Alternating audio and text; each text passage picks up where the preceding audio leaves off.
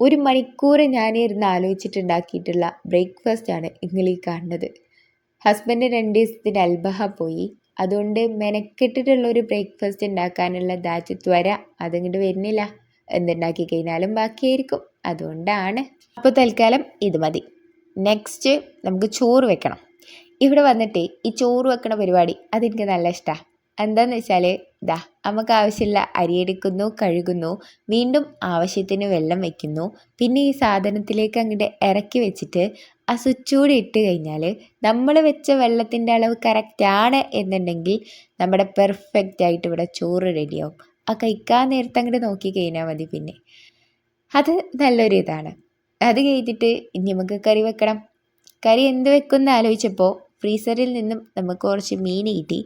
അത് വെച്ച് ഒരു കറിയും കൂടി തട്ടിക്കൊട്ടി കഴിഞ്ഞപ്പോൾ നമ്മുടെ breakfast and lunch is ready.